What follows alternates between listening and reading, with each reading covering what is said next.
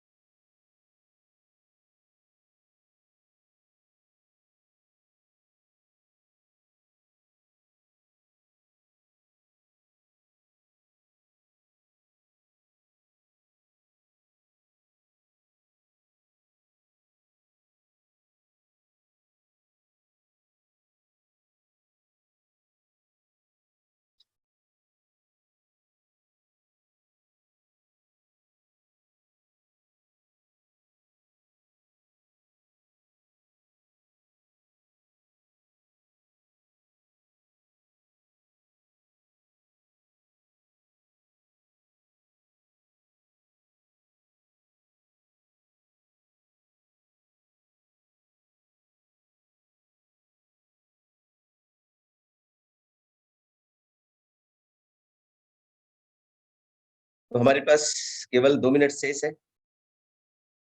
इन 2 minute में जरूर अपनी टीम के लोगों को, ज्यादा से ज्यादा लोगों को आज के शानदार प्रोग्राम में शामिल करें। हम कितने सौभाग्यशाली हैं दोस्तों कि हमारे रिस्पेक्टेड कोर लीडर के द्वारा एक शानदार प्लेटफॉर्म डिजाइन किया है, यूनिक एजुकेशन सिस्टम, जिसके द्वारा हमारे सभी ब्रांड पार्टनर की डेली अलग अलग प्रोडक्ट की हमको डिटेल जानकारी यहाँ पे मिल रहा है। और जब तक हमको प्रोडक्ट की जानकारी नहीं होगी, तब तक हम अपने प्रोडक्ट की यूएसपी के बारे में नहीं बता पाएंगे। और प्रोडक्ट सेल होती है दोस्तों यूएसपी से, यूनिक सेलिंग प्राइस पॉइंट। हमारे पास इतने शानदार प्रोडक्ट हैं, लेकिन उसकी हम यूएसपी को सीखने की जरूरत है। आज मार्केट एडवर्टीजमेंट से चलता है और हमारे पास प्रोडक्ट का एडवर्टीजमेंट करने की जिम्मेदारी किसके पास है? हमारी है। तो हमको उसी हिसाब से, उसी तैयारी के साथ अपनी प्रोडक्ट की डिटेल जानकारी रखते हुए हम अगर फील्ड में निकलते हैं तो प्रोडक्ट सेल होना ही है। और हरीश संजीवनी एक ऐसी प्रोडक्ट है जो हमारे देश के विकास में डायरेक्ट महत्व रखता है, क्योंकि किसी भी देश की उन्नति खेती से होता है, किसानों से होता है। और उसके लिए हमारे पास हरीश संजीवनी की पूरी श्रृंखला है जो जमीन को सुरक्षित रखते हुए पैदावार को बढ़ाता है। तो हमारे पास टाइम क्योंकि 8 बज गया है, तो आज के शानदार मास्टर ट्रेनर किरण राउत सर को आप सबके सम्मान भरी ताली के बीच इनवाइट करता हूं उनके टीम के साथ। Sir please most welcome. Kiran Raut sir.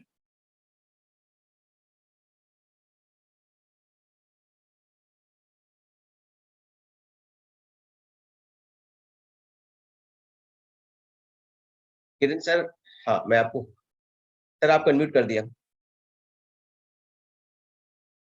Kiran Raut sir, स्वागत है सर।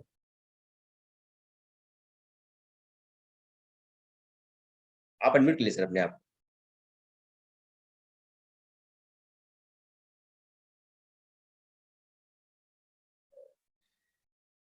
शायद सर अभी हमारे बीच नहीं आ पाए, चलिए आते होंगे। हरीश संजीवनी से कोई भी? लगन सर आप तब तक ओके सर, ठीक, thank you sir, thank you. तो दोस्तों, आज पूरी विश्व इस बात से चिंतित है कि आने वाले समय में 15, 20 साल, 25 साल के बाद जो हमारी जमीन की 80% हिस्सा जो है मरुस्थल होने वाला है। उसके पीछे एक कारण है अनियंत्रित पेस्टिसाइड्स का यूज करना, केमिकल रसायन का उपयोग यूज करना, जिस वजह से जमीन हमारा दिन के दिन बंजर होती है। तो हमारा एक दायित्व है कि किसानों को हम अवगत कराएं, जानकारी दें, लोगों के पास मिलें और उनकी जमीन को बंजर होने से बचाना है दोस्तों। किसान की जमीन बंजर हो गई तो केवल किसान की नहीं, हम सबकी आने वाले समय में रूप से और बहुत बड़ी, क्योंकि हम सभी कागज नोट कमाते हैं। अगर सर यस नितिन सर। तलकर जी ज्वाइन होंगे हमारे बीच में 10 से ओके 15 मिनट में, 10 से 15 मिनट में, तो तब तक हम चाहें तो लोगों का, हम हरीश संजीवनी को जो भी इस पे वर्किंग शुरू कर चुके हैं ओके सर। और जिसको रिजल्ट आए, थोड़ा सा उनका ओवरव्यू ले सकते हैं। Okay, thank you sir. तो हमारे बीच में काफी लोग हैं, तो प्लीज जो हरी संजीवनी में काम किए हुए हैं और उनको रिजल्ट आया है तो प्लीज हैंड रेस कर लें। Okay, thank you sir. जो भी साथी, मैं खुद भी किसान हूँ। लगभग 14 एकड़ में खेती होता है, बिलासपुर के पास छत्तीसगढ़ का हूँ। इसके पहले मेरी जमीन में जो 18 से 20 क्विंटल पर एकड़ होता था धान की फसल, बरसात की बात कर रहा हूँ मैं, और खर्चे हम लोगों को बहुत ज्यादा आता था, बीमारियां बहुत होती थी, और बीमारियां ऐसे होती थी कि लाइलाज होता था, क्योंकि धान फसल जो है आदमी से ज्यादा बीमार होता है। उसके पीछे कारण है कि यूरिया, डीएपी और पेस्टिसाइड से खराब होने के कारण। मैं धन्यवाद करता हूँ रिस्पेक्टेड टीसी सर को, ने बहुत शानदार प्रोडक्ट हमारे पास टाई अप हुआ यहाँ पे, और स्पेशली जो हरीश संजीवनी के सीईओ, उसके जनक,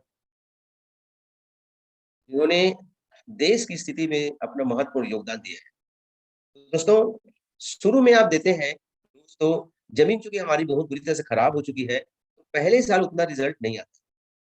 यहाँ पे बहुत सारे लोग बोलने लगते हैं कि जमीन में हमने ये डाला, रिसिन डाला, और उसके बाद तुरंत रिजल्ट की उम्मीद करते हैं, क्योंकि आज कई सालों से जमीन हमारी बंजर होती जा रही है। तो एक ही बार डालने के बाद तुरंत रिजल्ट नहीं आता है। ये मैंने अपने खेत में भी देखा। मैंने शुरू में कई लोगों को दिया, मेरे साथ-साथ लोगों ने फिर लेना बंद कर दिए। कंटिन्यू मैं 6 साल से डाल रहा हूँ, ये 7वाँ साल होगा अभी जो आएगा तो जमीन जो 18-20 कुंटल जमीन में होता था फसल, आज उसकी पैदावार जो है, मैंने पिछले साल उसमें से लिया, नपवाया 1 एकड़ कटवा के, तो 33 कुंटल 80 किलो पर एकड़, और वो भी रिसर्च धान, कोई हाइब्रिड नहीं था दोस्तों। जिसको छत्तीसगढ़ के किसान अगर हैं तो सफेद स्वर्णक नाम से जानते हैं। तो मैंने देखा कि शानदार रिजल्ट आता है। बीमारियां भी बहुत कम हो गई, यूरिया, डीएपी का प्रयोग भी कम करना पड़ रहा है, क्योंकि जमीन दिन के दिन उन्नत होती जा रही है। इतनी शानदार प्रोडक्ट हमारे पास है। तो चलिए, हमारे बीच में और कुछ साथी हैं जिसका रिजल्ट है, जिसने काम कर रहे हैं। प्लीज अपनी वीडियो जरूर चालू कर लें। तो गणेश सर, आप आए, अपना एक्सपीरियंस बताइए। जय हरि संजीवनी सर। मैं जय महाराष्ट्र के सर, जय जालना सर। जिले से हूँ। सर, मैंने गेहूं के लिए हरि संजीवनी का रिजल्ट लिया है। पहले मुझे 1 एकड़ में जितना गेहूं होता था, अब मुझे आधा एकड़ में उतना ही गेहूं होता है हरि संजीवनी के इस्तेमाल के बाद। और मैं शुक्रिया करना चाहूंगा तलेकर सर जी का, जिन्होंने मुझे एक मीटिंग में समझाया कि कैसे उपयोग करना है, और तब से मैं लगातार अपनी फसल के लिए हरि संजीवनी का इस्तेमाल कर रहा हूँ। तो सोयाबीन में भी मुझे इसके डबल रिजल्ट मिले। पहले जितना मेरा उत्पादन होता था, उससे अब 1 एकड़ में उससे डबल उत्पादन हो रहा है, और जमीन में जो फर्क है वो साफ दिखाई दे रहा है। जब हल चलाने के बाद बड़े-बड़े जो ये बोलते हैं, मराठी में उसको ढेकुड़ बोलते हैं, तो हमारी ज़मीन जो है वो एकदम कड़कपन आ गया था उसमें। अभी भुरभुरी ज़मीन हो गई है। जब भी हम हल चलाए तो उसके बाद चल नहीं सकते थे बिना चप्पल के ज़मीन में। तो अभी बिना चप्पल के चले तो भी वो ज़मीन हमारे पैरों को एकदम ऐसे कड़क नहीं लगती है, नरम हो गई है ज़मीन। और ज़मीन की कलर भी चेंज हो गई है, एकदम कालापन आ गया है ज़मीन में। और उसकी पानी धारण करने की क्षमता है वो भी बढ़ गई है। तो अब मैंने हरी संजीवनी पे बहुत सारा काम करने का ठान लिया है। अभी 3-4 महीने से मैंने काम चालू किया है। हरी संजीवनी पे मैंने रिज़ल्ट लेने के बाद अभी मैं बहुत सारा काम करने वाला हूँ सर, और मुझे बोलने का मौका दिया इसलिए धन्यवाद। Thank you sir. बहुत-बहुत धन्यवाद सर जी। और दोस्तों, ये सबके साथ होना है, क्योंकि प्रोडक्ट का रिजल्ट है। तो अगले कड़ी में लेते हैं प्रमोद कुमार जी। प्रमोद जी, आप अपनी बात रखें, अपना एक्सपीरियंस शेयर कीजिए। Thank you so much sir. Sir Pramod, sir मैं अपने यहाँ पहले सबसे पहले प्याज की ट्रीटमेंट किया था। प्याज की फसल जब मैं लगाया था आज से 2 साल पहले, जब मैं आरसी में फर्स्ट टाइम डायरेक्ट सेलर हुआ था, तो प्याज की जो कि हमारी पैदावार जो होती थी, मेरे यहाँ से बीज का सबसे ज्यादा सेलिंग होता था। तो बीज मैं सेलिंग के साथ साथ उसका पौधा बिकता था। लेकिन जो प्याज हमारे खेत में ही उसकी साइज कहा जाए बहुत ही मार्केट में जिसे कहते हैं छोटे साइज की, लेकिन आज की प्रैक्टिकली देखा जाए तो जो साइज अदर जब लोगों में होता था, जैसे बलुई मिट्टी में लोग कहते हैं, वो साइज आज हमारे खेत की हो रही है। और पानी अवशोषण की क्षमता भी उसमें बढ़ चुकी है। और साथ साथ देखा जा सकता तो जो भी पर्सन यहाँ से हमारे यहाँ से लेके जाते हैं, क्योंकि 100% ऑर्गेनिक आज की डेट में मैं कहा जाए यूरिया का प्रयोग जीरो कर दिया हूँ और डाई का भी प्रयोग जीरो कर दिया हूँ। और अगर कुछ भी अगर कीट फंगस का अगर प्रकोप भी होता है तो रैपिड डिफेंड और इसके साथ साथ स्प्रे मैक्स का 85 का हर 15 दिन पे छिड़काव भी कर देता हूँ। और कहा जाए सर कि यहाँ तक कि मैं आम के फसल पे कई ऐसे लोगों को ट्रीटमेंट भी कराया जिनमें फंगस लगने के बाद उनके पत्तियां चिमुड़न ऐठन जैसी हो गई थी और सड़न हो रही थी। तो उनको मैंने सजेस्ट किया, सजेस्ट करने के बाद अब वो हमारे एक परमानेंट कस्टमर भी हो चुके हैं कि हर तीसरे महीने उनको सॉइल हेल्थ स्पेशल, उसके साथ साथ हमारा रैपिड डिफेंड और स्प्रे मैक्स हर तीसरे महीने चाहिए ही चाहिए। और जिसकी वजह से सर और उनके गेहूं की फसल में ऐसे में ट्रीटमेंट एक पर्सन जो कि हमारे सोनभद्र डिस्ट्रिक्ट में बहुत ही जबरदस्त वहाँ पे फसल खेती की जाती है सारी फसलों की। तो वहां पे मैं लहसुन का ट्रीटमेंट कराया था कि वो मार्केट से इतना रसायन कीटनाशक का प्रयोग कर चुके थे, तो थक चुके थे कि उनका पौधा जब गांठ आती है लहसुन में तो वो गिरने लगता था, सड़ करके डंठल से गिरने लगता था। तो उनको मैं सजेस्ट किया, क्योंकि अपने सारे गूगल से वेबसाइट से अपने टोटल प्रोडक्ट के सीरीज मिल जाते हैं कि किस रोग के लिए कौन सी दवा कौन सा अपना रसायन के साथ इसको ट्रीटमेंट में देना है। तो मैं सर धन्यवाद देना चाहता हूं कि उनको रिजल्ट बेहतर मिलने के साथ उनके पड़ोसी का फसल बर्बाद हो गई, उनकी सेफ हो गई। तो आज वहां पे भी हमारा ट्रीटमेंट चलता रहता है। तो थैंक यू सर, बहुत बहुत धन्यवाद आपका। बहुत बहुत धन्यवाद प्रमोद जी। ये कहानी सबके साथ होना है और यही हमको करना भी है दोस्तों, क्योंकि जमीन हमारी धरती माँ जब तक अच्छे नहीं रहेंगे हम स्वस्थ कैसे रह सकते हैं, हमारे देश की विकास कैसे होगी। तो चलिए अगली कड़ी में लेते हैं हम सनाका विश्वास दीदी को। आप आइए मोस्ट। जी सर। तो हमारे खेत में भी हरे चंचमनी दिया था इस बार। तो धान इतना अच्छा हुआ है कि बहुत ही अच्छा हुआ है, और जैसे छोटा बड़ा नहीं हुआ है, एकदम पूरा समान लेवल का हुआ है।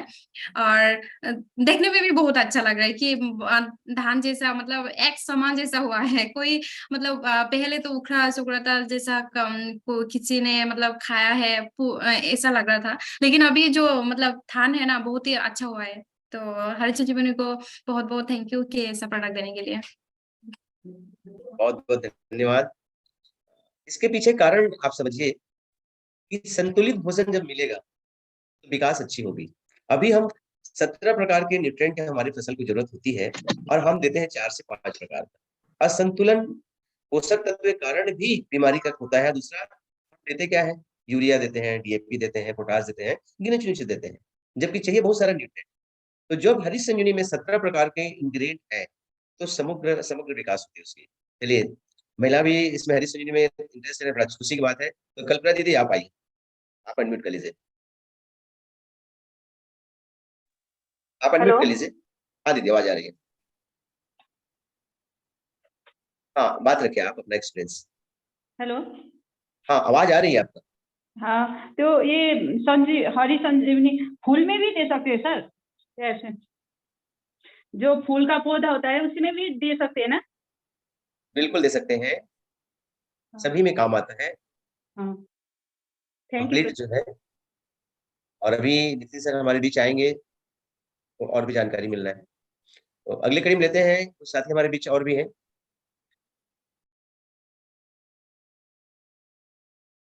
जो भी अपनी बात रखना चाहते हैं, डिस्कस कर सकते हैं। जो साथी इसमें जो हरी संजीवनी पे जिसका एक्सपीरियंस है, जो काम कर रहे हैं। चलिए संजीत कुमार जी, स्वागत है सर आपका। संजीत जी आप अनम्यूट कर लीजिए अपने आप को।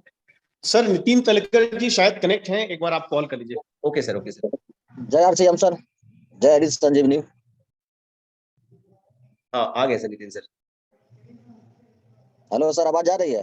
आवाज आ रही है, आवाज आ रही है। जी सर, हम भी हरी संजीवनी से गेहूं लगवाए थे, बहुत अच्छा उपजा, उपज तो बहुत अच्छा हुआ। अभी मूंग लगाए हुए हैं 1 एकड़ में, वो भी बहुत अच्छा है।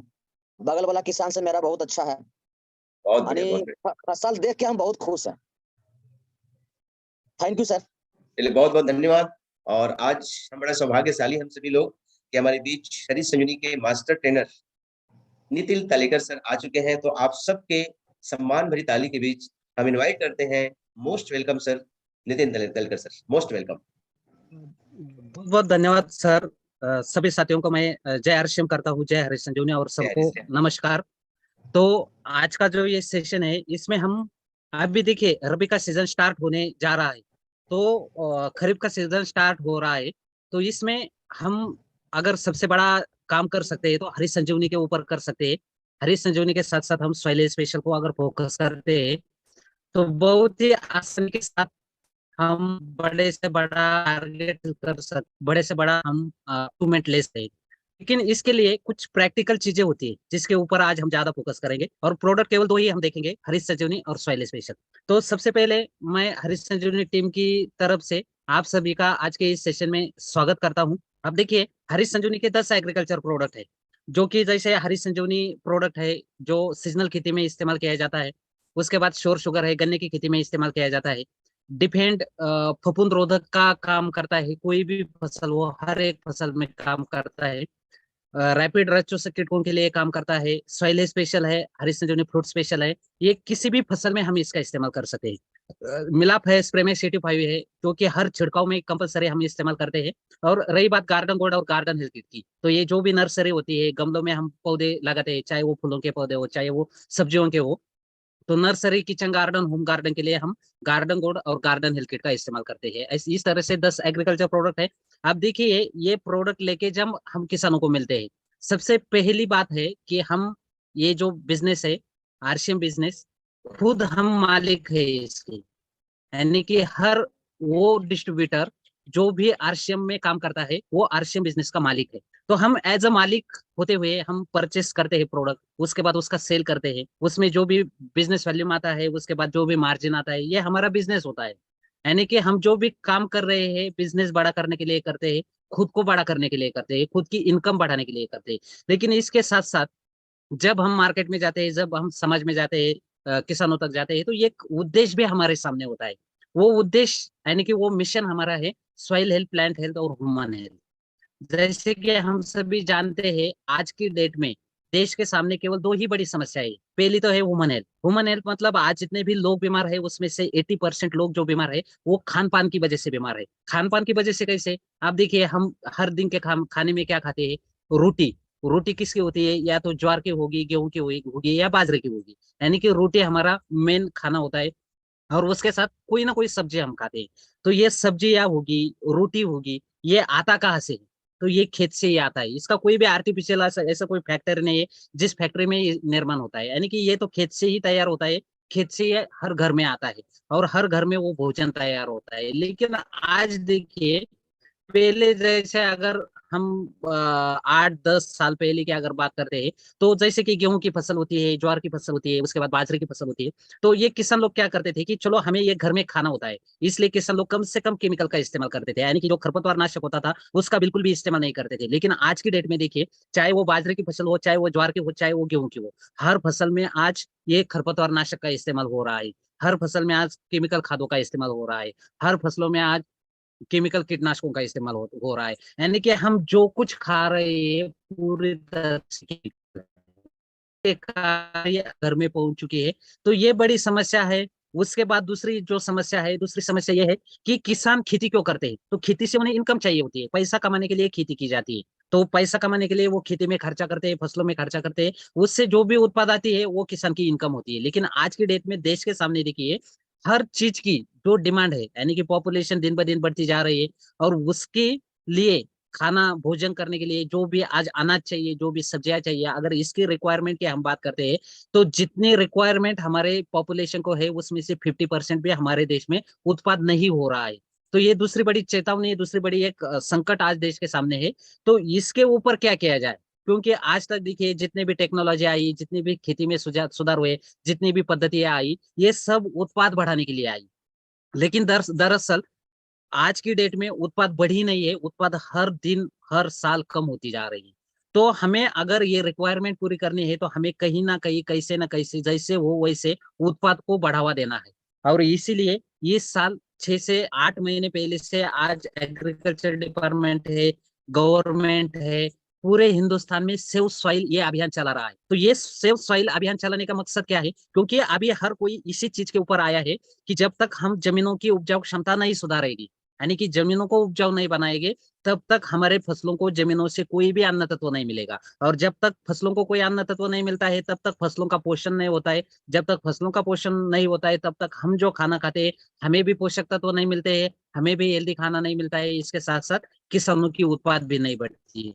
तो इसलिए ये एक सेव सॉइल नाम का एक अभियान चल रहा है, और हम भी उसी के तहत एक मिशन लेकर काम करते हैं, जो कि सॉइल हेल्थ, प्लांट हेल्थ और ह्यूमन हेल्थ, इन 3 चीजों के लिए काम करता है। इसके साथ साथ किसान को क्या मिलता है? तो देखिए, अगर जमीन उपजाऊ हो जाती है तो किसान की जो उत्पाद होती है वो उत्पाद बढ़ती है। उत्पाद कैसे बढ़ती है? तो अगर जमीन उपजाऊ होती है, जमीन की स्वास्थ्य अगर सुधारता है, तो जमीन में जो कुछ अन्न तत्व होते हैं वो फसलों का अवेलेबल हो जाते हैं। अब फसलों में अगर अन्न तत्व आ जाते हैं तो उसका परिपूर्ण पोषण होता है, यानी कि हेल्दी प्रोडक्शन हो जाता है। तो किसान को मिलता है ज्यादा से ज्यादा एवरेज, मतलब क्वांटिटी और क्वालिटी, और समाज को क्या मिलता है? तो पोषित खाना मिलता है। तो इस तरह से न्यूट्रिशनल रिच प्रोडक्शन के लिए जो जरूरी है वो है सॉइल हेल्थ और प्लांट हेल्थ। तो उसी चीजों के लिए जो प्रोडक्ट है वो प्रोडक्ट काम करते हैं। तो देखिए, अभी सीजन आ रहा है खरीफ का सीजन। लगभग इस साल बारिश भी बहुत सारी जगह पर अभी बारिश भी हो चुकी है। तो बहुत सारी जगह पर किसानों ने अभी कामकाज चालू कर दिया है, और जल्दी केवल एक ही मंथ बाकी है।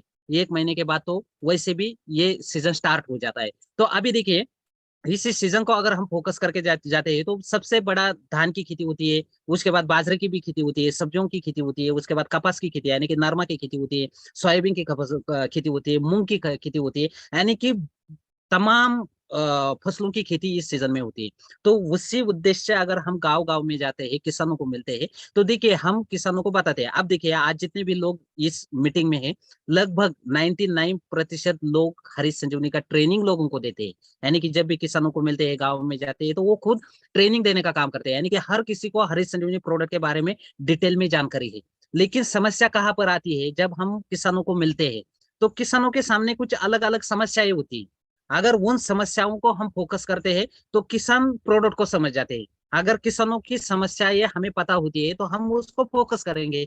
अगर किसानों की समस्याएं हमें पता नहीं होती है तो हम उसको फोकस नहीं कर पाते। इस कारण किसान जो होता है थोड़ा सा समझने में उसको परेशानी आ जाती है। तो इसलिए हमें सबसे पहले देखना है किसानों की समस्याएं क्या क्या होती है, और उसका निराकरण हम किस तरीके से कर सकते हैं, और किसान का निराकरण कैसे हो सकता है, ये चीजें हमें किसानों को बतानी होगी। तो देखिए, किसानों के सामने या खेती के सामने समस्याएं क्या होती है? सबसे पहली समस्या है बदलता मौसम। बदलता मौसम मतलब क्या होता है? कभी प्रमाण से ज्यादा बारिश हो जाती है, तो ऐसा पूरी जमीन में, पूरे फसल में पानी भरा रहता है, उस कारण नुकसान होने की संभावना होती है। उसके बाद बहुत बार ऐसा होता है कि बारिश प्रमाण से भी कम हो जाती है, तो उससे क्या होता है? जमीन भी पूरी तरह से सूख जाती है, फसलें भी पूरी तरह से सूख जाती है। उसके बाद जैसे कि रबी का सीजन लगता है, तो रबी के सीजन में अभी 2-3 साल से अगर देखा जाए तो ये बहुत ज्यादा कोहरा गिरता है, यानी कि कोहरा 2-2, 4-4, 6-6 दिनों तक रहता है। तो ये कोहरे का कारण क्या होता है कि अलग अलग जो फफूंद, खास करके जो पाउडर मिल्ड्यू होता है, डाउनी मिल्ड्यू होता है, ऐसे फफूंद की बीमारियां फसलों के ऊपर अटैक कर देती है, तो किसान का वहां पर ज्यादा नुकसान होता है। उसके बाद जैसे माहौल में जहां पर भी बारिश हो रही है तो बहुत ज्यादा चांसेस ऐसे होते हैं, बहुत सारी जगह पर ये ओला गिरा है, तो जब ओला गिरता है तो किसान झुरो हो जाता है।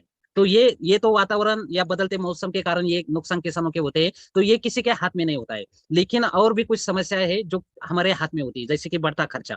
बढ़ते खर्चे में देखिए, हर सीजन में जो खादों की कीमतें हैं ये बढ़ती जा रही है। उसके बाद जो दवाइयाँ ऊपर से छिड़काव करने के लिए किसान इस्तेमाल करते हैं, हर सीजन में उसकी कीमतें बढ़ती जा रही है। उसके बाद तीसरी चीज है मजदूरी के रेट बहुत ही बढ़ चुके हैं, और दिन ब दिन ये बढ़ते जा रहे हैं। और खेती करने के लिए जो भी खर्चा आता है, यानी कि जैसे कि फ्लाउडिंग करना है या बुआई करना है, जो भी हो, तो वो खर्चा भी दिन ब दिन बढ़ता जा रहा है। तो ये खर्चे जितने प्रमाण में बढ़ते जा रहे हैं उतने प्रमाण में किसान को फसल से पैसा नहीं आता है। तो ये एक समस्या है किसान के सामने।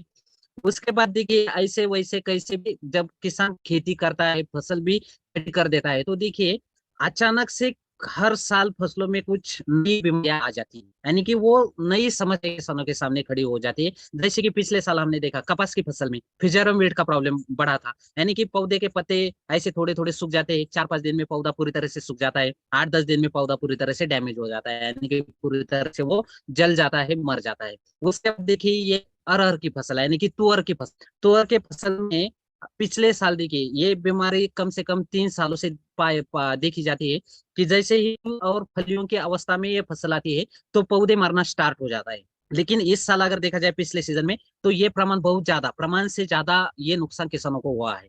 उसके बाद तीसरी चीज देखिए, चने की फसल रबी की फसल में बहुत ज्यादा पैमाने पर होती है, लेकिन आज किसान परेशान है, कैसे भी वो चने की खेती तो करता है, खर्चा भी करता है, खादे भी इस्तेमाल कर रहा है, दवाइयां भी इस्तेमाल कर रहा है, लेकिन 50% से ज्यादा जो पौधे हैं वो जल जाते हैं, यानी कि फिजन की बीमारी दिन दिन बढ़ती है। तो इसकी अगर कोई मेन रीजन होगा तो वो है हमारी हार्ड जमीन, यानी कि जमीन जो दिन ब दिन सख्त होती जा रही है। इसके कारण ना तो जमीन में नमी रहती है, ना ही जमीन में हवा रहती है, इसके साथ ना ही जमीन से कोई अन्न तत्व फसलों का अवेलेबल हो पाते। इस कारण जो जड़ें होती है, सूक्ष्म जड़ें होती है, उनके ऊपर ट्रेस आता है और फिजरम वीड जैसी जो बीमारी होती है वो फसलों के ऊपर अटैक करती है। यानी कि अगर इन समस्याओं से किसानों को बचना है तो किसानों को अपनी जमीन को सुधारना ही होगा। जब तक जमीन को सुधारेगी नहीं तब तक ये समस्याएं खत्म नहीं होगी, दिन ब दिन ये समस्याएं बढ़ती जाएगी। उसके बाद देखिए घटती उत्पाद और माल का कम दाम मिलता है, जैसे ऐसे वैसे नई समस्याएं आती है,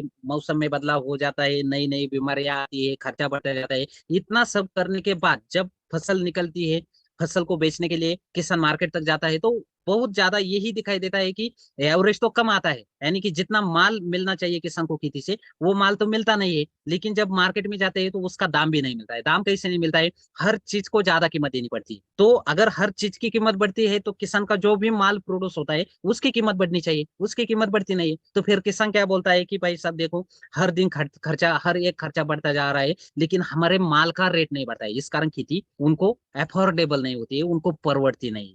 तो साथियों यही पर एक मिस्टेक किसानों की हो जाती है, क्योंकि अभी देखिए कोई भी फसल, आप सोयाबीन जैसी फसल पकड़िए, आज उसकी कैपेसिटी 18 से 20 क्विंटल एक एकड़ में लेने की कैपेसिटी है। वही पर किसान आज 4 quintal, 5 quintal, 6 quintal, 7 quintal average निकल रहा है। मैक्सिमम अगर हम किसी भी गांव में देखें तो 1-2 किसान ऐसे होते हैं कि वो 10 क्विंटल को क्रॉस करके जाते हैं। वही चीज हम कपास यानी कि नरमा की फसल में देखिए, नरमा की फसल में भी आज 24 से 25 क्विंटल एक एकड़ की एवरेज की उसकी औसत होती है, यानी कि उसकी कैपेसिटी होती है। लेकिन किसानों को कितना मिल रहा है? 3 क्विंटल, 4 क्विंटल से लेकर 8 क्विंटल या 9 क्विंटल। कम से कम किसी भी गांव में 1 से 2 किसान ऐसे होते हैं कि वो 12-13 क्विंटल तक पहुंच जाते हैं। बाकी ज्यादा 95 जो किसान है, 95% वो 7-8 क्विंटल तक ही उनका एंड हो जाता है। यानी कि समझने की बात यह है कि अगर रेट इतना मिलता है आपका, वो कैलकुलेशन करने से पहले आपने ये कैलकुलेशन करना चाहिए कि भाई साहब इस फसल की एवरेज कैपेसिटी क्या है और हमें कितना निकलता है। अगर ये कैलकुलेशन निकाला जाए तो आज 50% भी किसान की उत्पाद नहीं हो रही है। तो अगर एवरेज ही आपको 50% भी नहीं मिल रहा है तो आपको उत्पाद कैसे मिलेगा, आपका पैसा कैसे बनेगा? तो अगर आपको पैसा बनाना है तो आपको एवरेज बढ़ानी होगी। अगर एवरेज बढ़ानी है तो आपकी जमीनों को आपको सुधारना होगा, तब जाकर आपकी एवरेज बढ़ेगी। सिर्फ खादों का इस्तेमाल करने से, दवाइयों का इस्तेमाल करने से या खर्चा बढ़ाने से कोई भी उत्पाद नहीं बढ़ती है, और इसीलिए हम हरी संजीवनी प्रोडक्ट किसानों को देते हैं। तो आप देखिए इस खरीफ की सीजन में जो भी फसल होगी, अगर उसके उत्पाद किसानों को बढ़ानी है तो 3 चीजों के ऊपर उनको ध्यान देना होगा।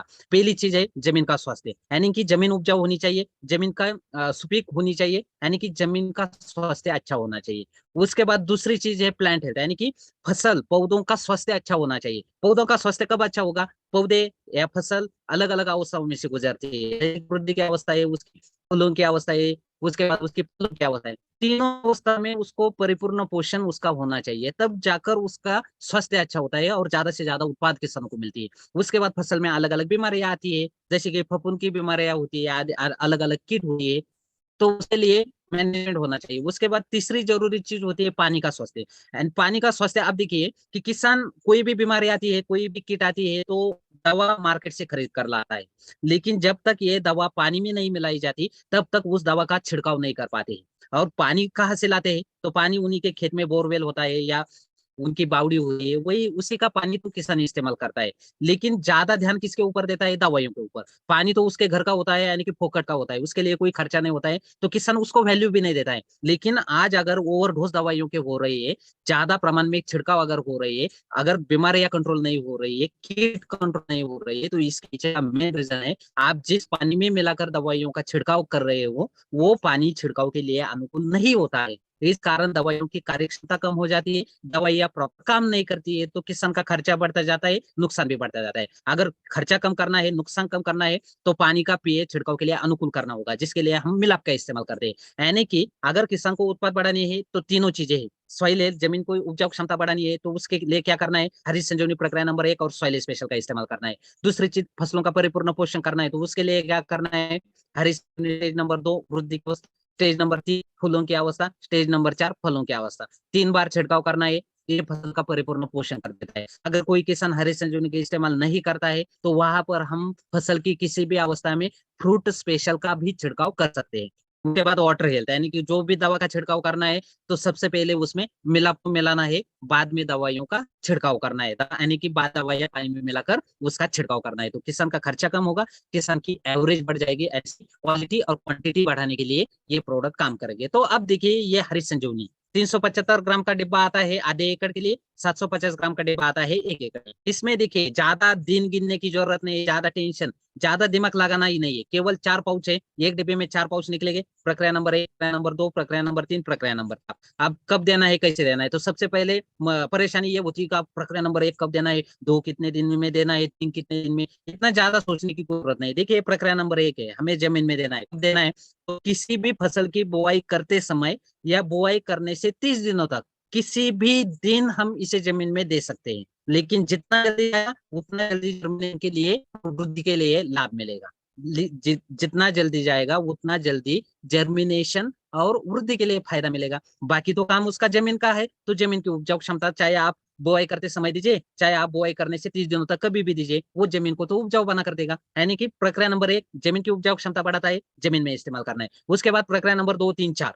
प्रक्रिया नंबर 2, फसल की वृद्धि की अवस्था में इसका छिड़काव करना है, यानी कि जब टेलरिंग निकलनी चाहिए, जब ज्यादा से ज्यादा शाखाएं निकलनी चाहिए, पत्तों का आकार बढ़ना चाहिए, फसल की संतुलित वृद्धि होनी चाहिए, इस अवस्था में प्रक्रिया नंबर 2 का छिड़काव करना है। उसके बाद प्रक्रिया नंबर 3। तो प्रक्रिया नंबर 3 देखिए, जैसे ही फूल निकलने स्टार्ट हो जाते हैं तो प्रक्रिया नंबर 3 का छिड़काव करना है।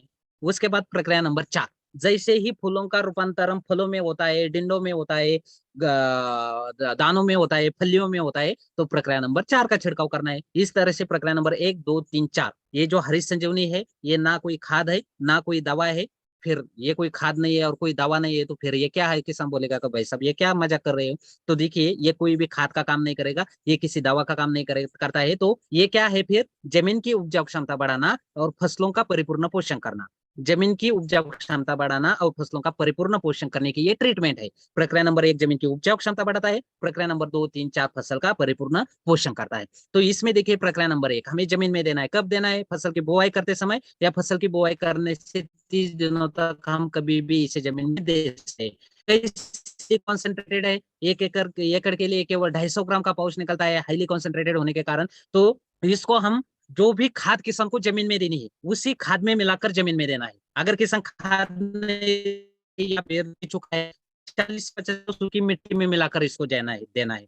अगर कहीं पर ड्रिप इरिगेशन हो, ड्रिप द्वारा में दे सकते हैं, और उसके बाद ड्रेनिंग द्वारा भी इसे जमीन में दे सकते हैं। तो किसी भी तरह से सिर्फ इसको जमीन में देना जरूरी है। तो अब देखिए, जमीन में देने के बाद इससे हमें क्या लाभ मिलेंगे? तो जमीन में जो कुछ अघुलनशील तत्व होते हैं, यानी कि अलग अलग खादों का इस्तेमाल जमीन में किसान करते हैं, ऑर्गेनिक मैन्योर कम होने के कारण ये खादी जमीन में घुलती नहीं है, तो न होने के कारण ये अघुलनशील स्वरूप में जमीन में रहते हैं, इसके कारण जमीन चौकअप हो जाती है। तो उन्हीं अन्न तत्वों को, उन्हीं खादों को, उन्हीं घटकों को ये घुलने का काम करता है। जैसे ये तत्व घुल जाते हैं तो ये फसल को अवेलेबल हो जाते हैं। फसल को अवेलेबल होने के कारण क्या होता है? जमीन का चौकअप निकलता है, यानी कि जमीन भुरभुरी बन जाती है, जमीन में नमी का प्रमाण बढ़ता है, सूक्ष्म पौधों के सूक्ष्म जड़ें होते हैं उनका विकास होता है, उनकी वृद्धि होती है, उनकी संख्या बढ़ने के लिए ये काम करता है। इसके साथ साथ जो जमीन में हमारे मित्र जीवाणु होते हैं उनकी पैदावार बढ़ाने के लिए ये काम करता है। जमीन का ऑर्गेनिक कार्बन बढ़ता है, यानी कि जमीन की उपजाऊ क्षमता बढ़ती है, और जमीन से सूक्ष्म अन्न तत्व फसलों को अवेलेबल करके देने में हरित संजीवनी प्रक्रिया नंबर 1 का हमें लाभ मिलता है। उसके बाद देखिए, हरित संजीवनी संजीवनी प्रक्रिया नंबर 2, जैसे ही फसल में टिलरिंग निकलनी चाहिए, ज्यादा से ज्यादा शाखाएं निकलनी चाहिए, पत्तों का आकार बढ़ना चाहिए, इस अवस्था में यानी कि वृद्धि की अवस्था में प्रक्रिया नंबर 2 का छिड़काव करना है। जो भी जरूरत के अनुसार कीटनाशक, फफूंदनाशक का छिड़काव करना है, उसी के साथ मिलाकर हम इसका छिड़काव कर सकते हैं। तो इसमें देखिए ये क्या काम करता है, पौधों की संतुलित वृद्धि करता है, मतलब ज्यादा से ज्यादा टिलरिंग निकलता है, ज्यादा से ज्यादा शाखाएं निकलता है, पत्तों का आकार बढ़ाता है, इसके साथ साथ पौधों की गर्भधारण क्षमता बढ़ाने के लिए ये काम करता है। इसके बाद हरित संजीवनी प्रक्रिया नंबर 3। अब देखिए जैसे ही फूल निकलने स्टार्ट हो जाते हैं तो हरित संजीवनी प्रक्रिया नंबर 3 का हमें छिड़काव करना है। तो ये क्या काम करेगा, फसल को संतुलित अन्न तत्व मिलते हैं और फसल की शाखाएं बढ़ती है। इसके साथ साथ ज्यादा से ज्यादा मादा फूलों का निर्माण करता है, फूलों की गिरावट कम कर देता है, फूलों का परावर्तन फलों में, टिंडों में या दानों में, फलियों में करने के लिए ये काम करता है। इसके साथ साथ प्रतिकूल परिस्थिति में जो भी ड्रॉपिंग होती है उसको कम करने के लिए ये हरित संजीवनी स्टेज नंबर 3 काम करता है। जो भी कीटनाशक, फफूंदनाशक होगा उसके साथ मिलाकर हम इसका छिड़काव कर सकते हैं। उसके बाद देखिए आती है पारी हरित संजीवनी प्रक्रिया नंबर 4 की। तो इसका छिड़काव कब करना है, फलों की परिपक्व अवस्था में, यानी कि जैसे ही फूलों का रूपांतरण फलियों में होता है, दानों में होता है, टिंडों में होता है, फलों में होता है, तो इस अवस्था में हमें प्रक्रिया नंबर 4 का छिड़काव करना है। तो अब देखिए प्रक्रिया नंबर 4 फूलों को, पत्तों को और फलों को संतुलित अन्न तत्व देता है। फूलों को, पत्तों को और फलों को संतुलित अन्न तत्व देने के लिए हरित संजीवनी स्टेज नंबर 4 का फायदा मिलता है। इससे क्या होता है, फलों की संतुलित तरीके से वृद्धि होती है, यानी कि संतुलित तरीके से विकास होता है, नीचे से लेकर ऊपर तक फलों का संतुलित तरीके से आकार बढ़ाता है, उनकी क्वालिटी मतलब उनका वजन है, उनका आकार है, उनका स्वाद है, उनकी चमक है, ये बढ़ाने के लिए काम करता है। इसके साथ साथ ज्यादा से ज्यादा फलों का रूपांतरण करता है, फलों की गिरावट को कम कर देता है और ज्यादा से पौधे हरे भरे रहते हैं और ज्यादा से ज्यादा किसानों की उत्पाद बढ़ाने के लिए इसका लाभ मिलता है।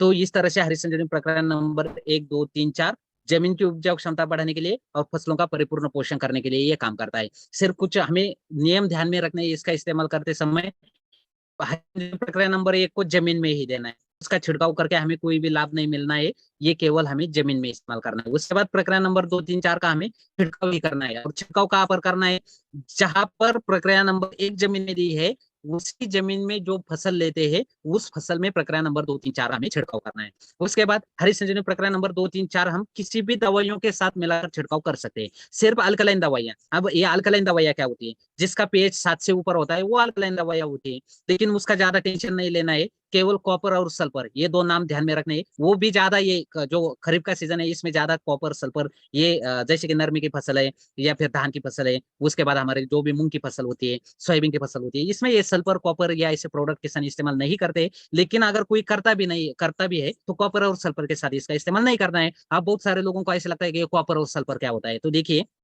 कॉपर जो होता है वो कॉपर नाम से ही आता है, यानी कि कॉपर जिस प्रोडक्ट में है उस प्रोडक्ट कॉपर के नाम से ही आता है, जिस प्रोडक्ट में सल्फर है वो सल्फर के नाम से ही आता है। जो उसके बाद प्रक्रिया नंबर 2, 3, 4 का छिड़काव करते समय जमीन गीली होनी चाहिए। गीली मतलब ऐसे नहीं कि हमने पाव रखा और घुटने के भी ऊपर हम नीचे चले गए, उससे गीली नहीं कहती। गीली मतलब क्या, सिर्फ जमीन में नमी होनी चाहिए, जड़ों की जो जगह होती है वहां पर नमी होनी चाहिए। अगर नमी होती है तो अन्न तत्व अटैक हो जाते हैं। तो ये नमी का प्रॉब्लम कब आएगा आपको, जब टेम्परेचर बढ़ता है, यानी कि फरवरी होता है, मार्च, अप्रैल, मई, इन महीनों में ये प्रॉब्लम आता है। बारिश के सीजन में तो वैसे ही बारिश चलती है और जमीन में नमी होती है, तो वहां पर ये टेंशन नहीं लेना है जमीन गीली है नहीं है, ये टेंशन कब लेना है, फरवरी से लेकर, और उस टाइम वो किसान को भी पता होता है। उसके बाद अच्छे परिणामों के लिए छिड़काव सुबह 11 बजे से पहले या शाम को 5 बजे के बाद करना है, लेकिन ये भी कब, जब टेम्परेचर हाई होता है, यानी कि फरवरी, मार्च, अप्रैल, मई, ये 4 महीनों में खास करके ध्यान रखना है। बारिश के सीजन में, उसके बाद जो हमारा रबी का सीजन होता है यानी कि ठंड का मौसम होता है, तो वहां पर टेम्परेचर की प्रॉब्लम नहीं होती, तो दिन में कभी भी छिड़काव कर सकते हैं। सिर्फ फरवरी, मार्च, अप्रैल, मई, जब तक बारिश नहीं होती है तब तक ये ध्यान में रखना है।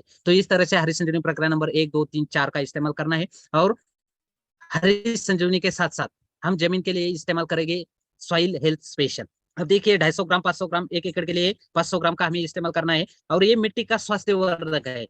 ये देखिए बहुत बार ऐसा लगेगा हरित संजीवनी प्रक्रिया नंबर 1 जमीन में देते, सॉइल स्पेशल जमीन में देते। हरित संजीवनी प्रक्रिया नंबर 1 जमीन की उपजाऊ क्षमता बढ़ाता है, सॉइल स्पेशल भी जमीन की उपजाऊ क्षमता निरंतर बढ़ाने के लिए काम करता है। तो बहुत बार ऐसा लगता है कि ये दोनों प्रोडक्ट एक है, लेकिन दोनों प्रोडक्ट एक नहीं है, इनका काम अलग अलग है, इनके फीचर अलग अलग है। इसलिए सॉइल स्पेशल के ऊपर आपको एक पंच लाइन मिलेगी, nutrients efficiency enhancer. Nutrients efficiency enhancer मतलब क्या होता है, जो भी अन्न तत्व होते हैं उनकी इफिशिएंसी, उनकी कार्यक्षमता बढ़ाने के लिए सॉइल स्पेशल काम करता है, उन अन्न तत्वों को चालना देने के लिए हरित संजीवनी सॉइल स्पेशल काम करता है। आप देखिए हरित संजीवनी प्रक्रिया नंबर 1 जमीन का स्वास्थ्य सुधारक है, यानी कि मिट्टी का स्वास्थ्य सुधारक है। वहीं पर हरी संजीवनी सॉइल स्पेशल क्या है, मिट्टी का स्वास्थ्य वर्धक है।